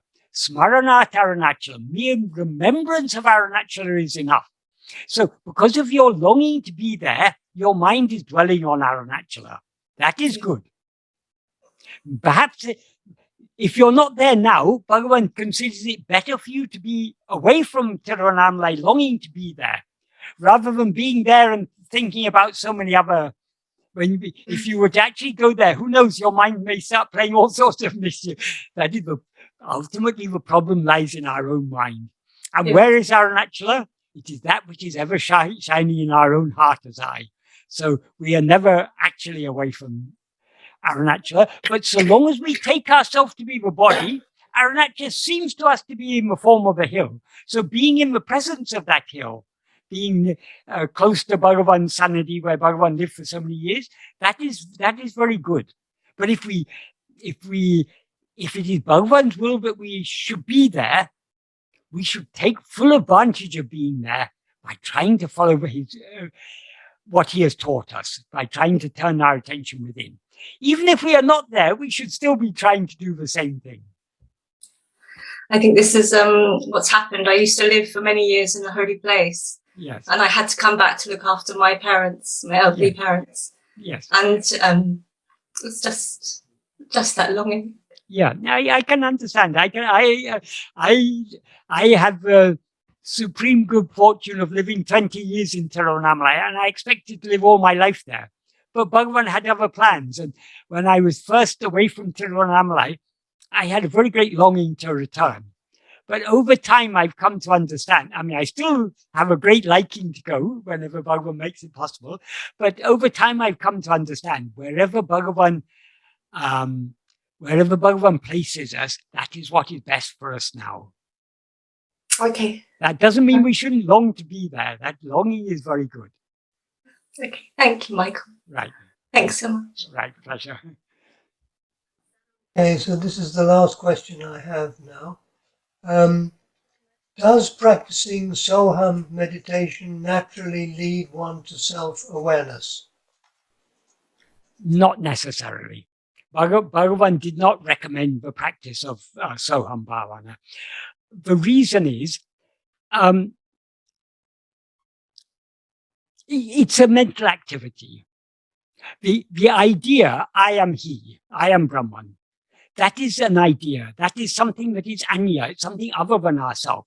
Why should we attend to a mere idea, I am Brahman? What is Brahman? Brahman is I am. So attend just to I am. So as Bhagavan said in verse 32 of Uḷḷadu Nāṛpadu, when the Vedas proclaim that is you, instead of oneself being, knowing oneself as what, thinking I am that, not this, is due to non-existence of strength, because that alone is always seated as oneself. What is Bhagavan implying here? When the Vedas say, Aduni, you are that, because Bhagavan, our response is, oh, then what am I?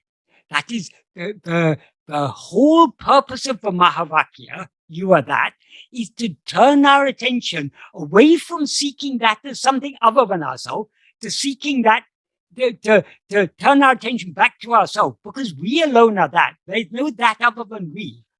So attending to ourselves is attending to that. And in another verse, in verse 27, Bhagavan says, the state in which one exists without I rising is the state in which we exist as that. Without investigating the place where I rises, how to reach the annihilation of oneself in which I does not rise. Say, without reaching, how to stand in the state of oneself in which oneself is that. What that means is the state that is denoted by you are that is the state in which we do not rise as ego. So how to bring about the non-rising of ego, it's not by simply repeating I am that, I am that, I am that, because as I say, that's just a thought. So long as we are thinking I am that, we're holding on to some idea, something other than ourselves.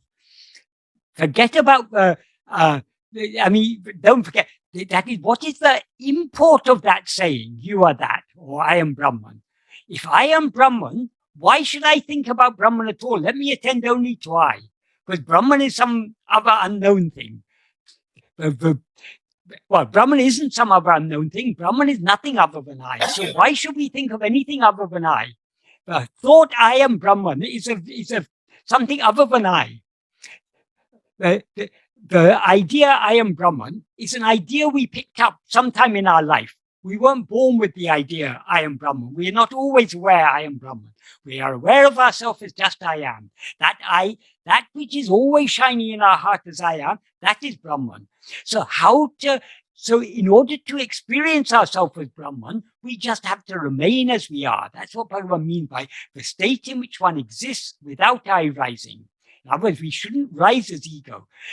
And then he says in the second sentence, without investigating the place where I rises, how to reach for annihilation of oneself in which I does not rise. What does he mean by investigating the place where I rises? Obviously, I doesn't rise literally from a place. Place he uses here as a metaphor.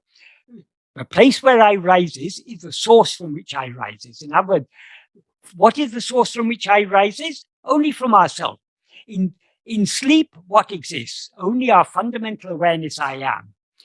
When we rise from sleep, we are rising from that fundamental awareness I am. So we need to investigate that fundamental awareness I am. When we investigate that fundamental awareness I am, we thereby bring about the annihilation of ego.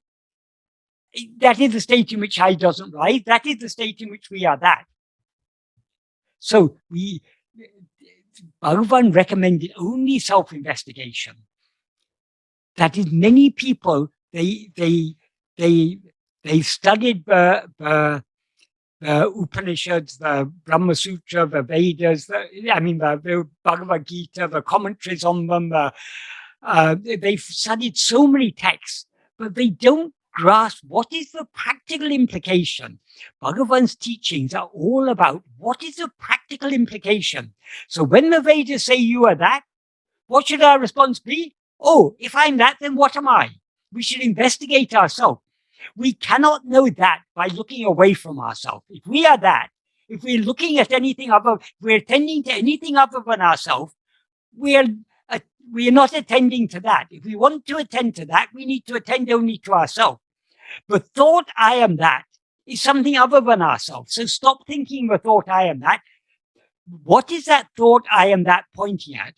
It's pointing at that I. Attend only to I.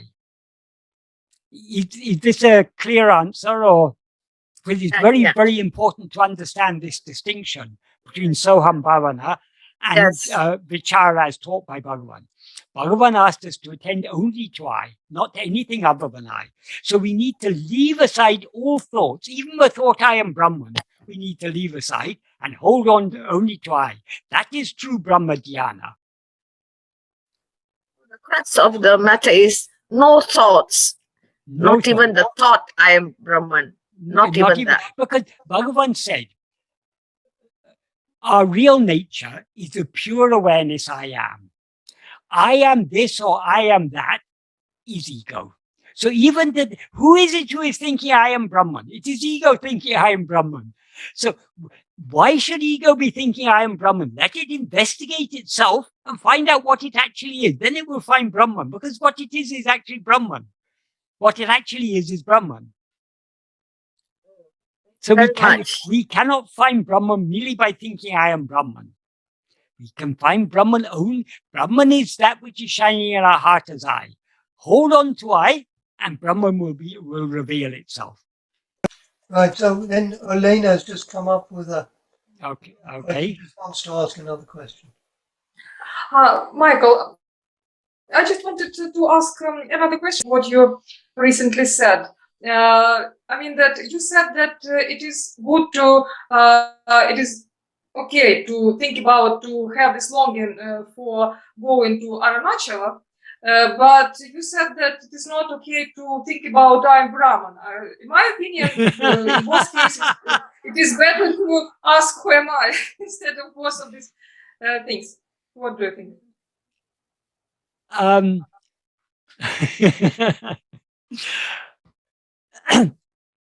The longing to go to Tiruvannamalai, it is love for Bhagavan, love for Aruṇācala, that makes us long to be there. I'm not saying that we should dwell on that longing.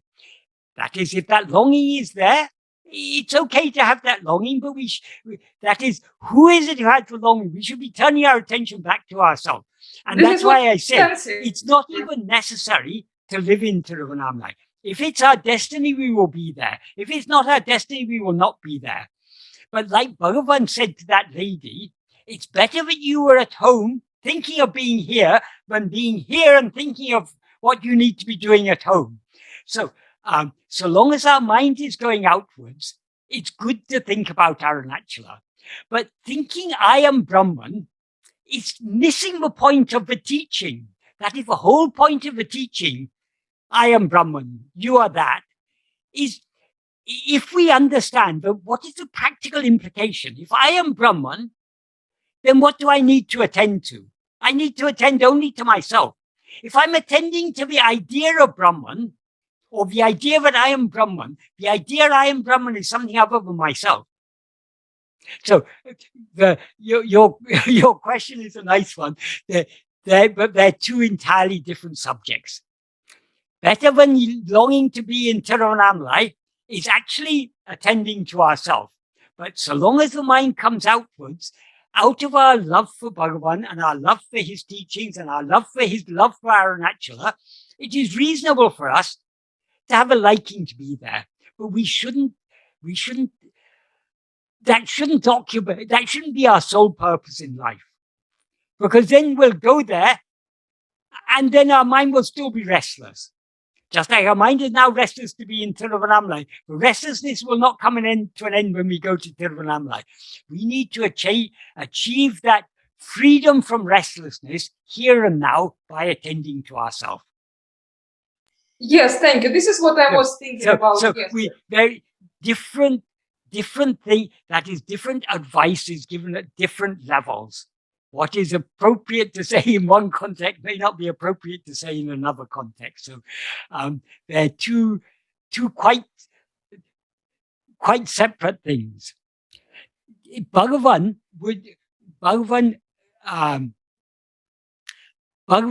generally didn't at all. That is, he said, meditating on I am Brahman, I am that, is due to absence of strength.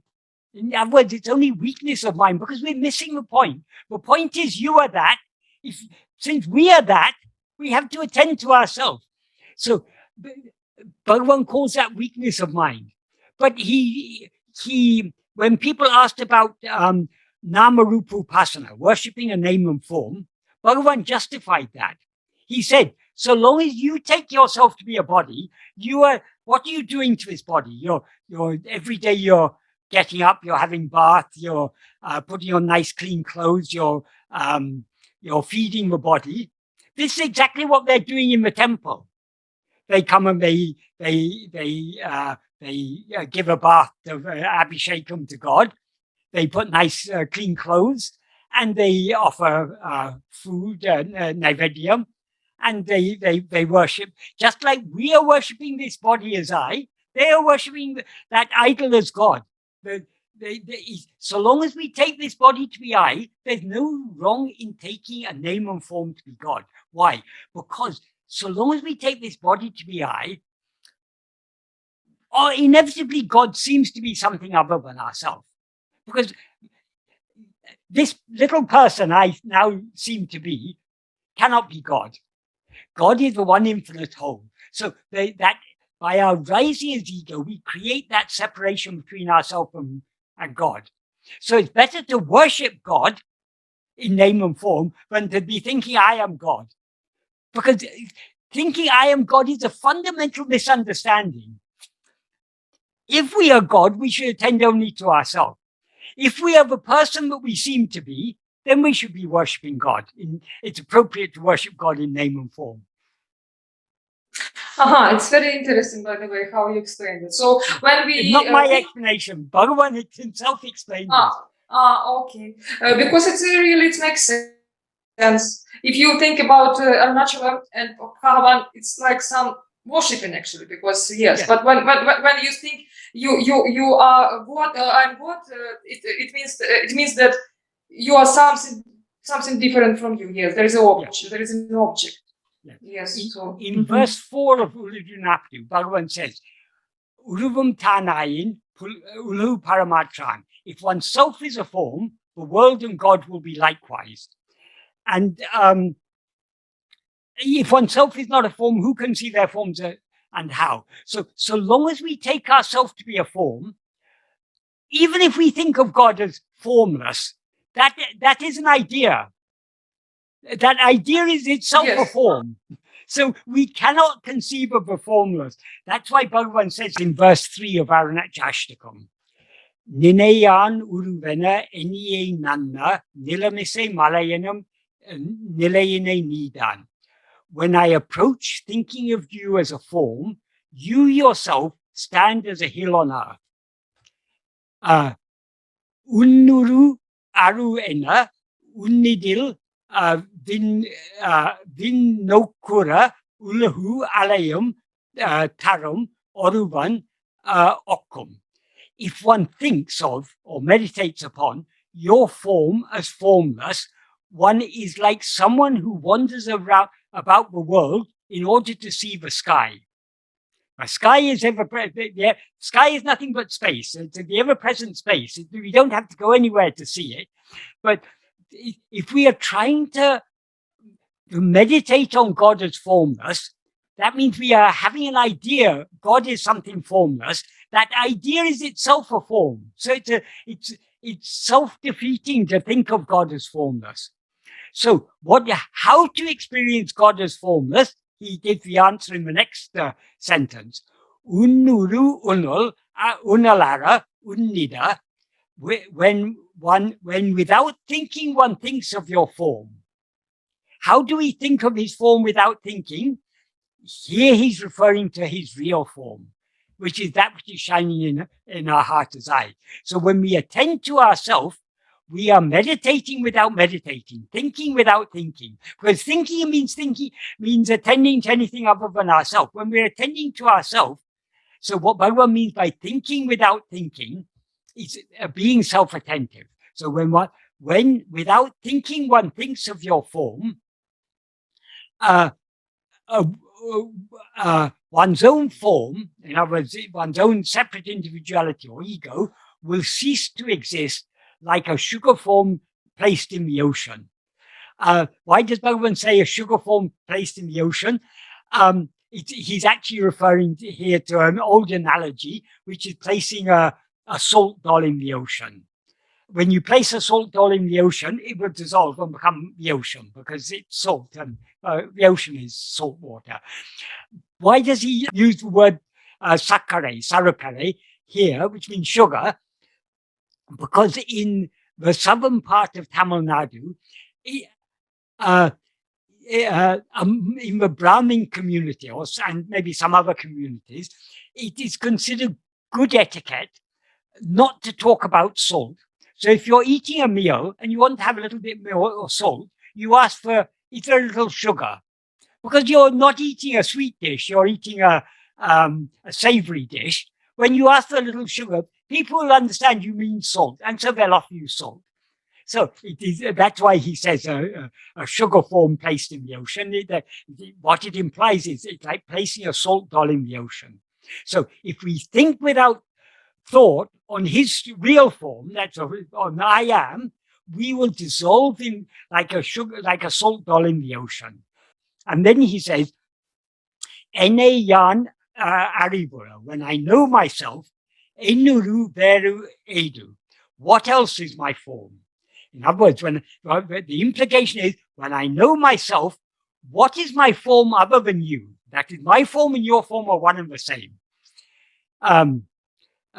Irundane Aruna Vangiri Yerna Irundoi. You who existed the great Aruna hill alone are. Well, the word alone isn't there, but the implication is there. You who existed the great Aruna hill are. That is, you are what actually exists, is the implication. So, okay, Mike.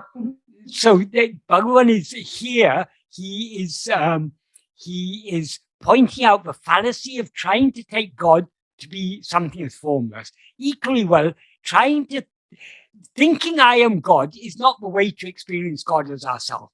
Because thinking I am God is just another thought. If we want to experience God as ourselves, we need to think without thinking on his true form. What is his true form? That which is shining in our heart as eye. If we think without thought on his true form, we will dissolve like a sugar doll, like a salt doll placed in the ocean. Yes, Michael. Thank you very much. Thank you for your explanation. Right. Of course, the other aspect of visiting Arunachala is that when we're there, we have to be able to manage heat, mosquitoes, yes, health, diet. There are so many things that need to be. If you're not used to it, it's not so easy to digest. Yes. So that's why. And ultimately, it's important to remember, whatever our whole life has been ordained by Bhagavan, has been charted out by Bhagavan in such a way that will be most beneficial for us. So whatever happens in our life is what is best for us. Yeah, so we need not be hankered. I mean, it's okay. It's reasonable to look out of love for Aruṇācala. It's reasonable. If Bhagavan was still living in human form, wouldn't we all long to be in Tiruvannamalai, to be with him? That's perfectly reasonable. That is, out of our love for him, we would of course want to be with him. So in the same way, Bhagavan is Aruṇācala, Aruṇācala is Bhagavan. So they're one and the same. And that is, not only is Bhagavan there present there in the form of Aruṇācala, he's also there in his sanadhi, in his where his sacred body has been interred. So there is a very special presence there. But that same presence that is there is ever present within us as I. That we should never forget. Om Namo Bhagavate Śrī Aruṇācala Ramanaya. Om Namo Bhagavate Śrī Aruṇācala Ramanaya. Om Namo Bhagavate Śrī Aruṇācala Ramanaya. Bye, Michael. Thank you for your being a conduit. Well, it's all. If Bhagavan makes me a conduit, I can't be blamed for that. It's his doing, not my doing. So I plead innocence. I plead not guilty. It's all his doing. You won't be Thank you, Michael. Thank you, Michael, for that specific reply. So I shall not, go on that path. Yes. Asked about the soham. Yes. Yeah. Bhagavan is very clear in Uḷḷadu Nāṛpadu. Yeah. That is not. I was going to ask whether he prescribed the soham at all. No. Never. No. Okay. So it's a thoughtless thought. Yes. That's the self-attention. That is the self-attentiveness. Yes. thoughtless thought. Okay. He says, you. thinking I am not this, I am that, that is weakness of mind. Yes, it's another thought. Yes, yes.